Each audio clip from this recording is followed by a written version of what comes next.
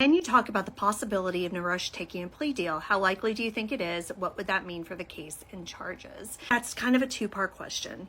Because right now we are only dealing with the charge of concealing a dead body.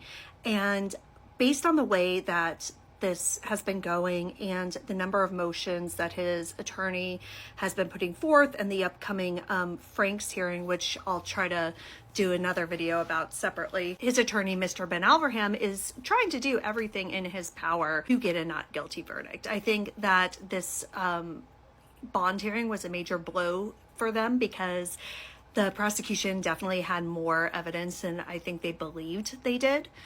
But it still looks like Mr. Ben Alverham is very much intending on taking this to trial.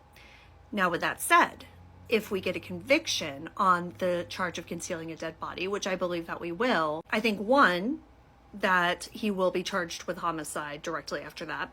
And two, I think there's a much better chance that he will plead out on that, because his attorney said in court on Friday that the prosecution has a stronger homicide case than they do for the case of concealing a dead body. So I do think that we could see a plea deal there. I highly doubt we would see a murder trial in this.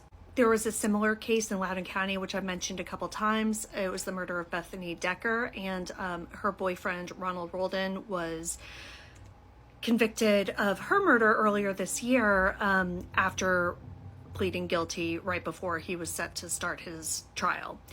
Part of his plea deal was that he had to admit what he did and say what he did with the body, because like Manta, Bethany was not recovered. So I would expect something similar in this case, that there probably will be a plea deal on a homicide charge, and part of that will be Naresh having to kind of lay out a version of events. But I would also like to just say up front that whatever version of events he lays out, I don't believe will be the full truth. Ronald Roldan laid out his version of events, and I also don't believe that was the truth. These guys, they just lie, and even when they're caught, they just can't stop. So that's my amateur opinion.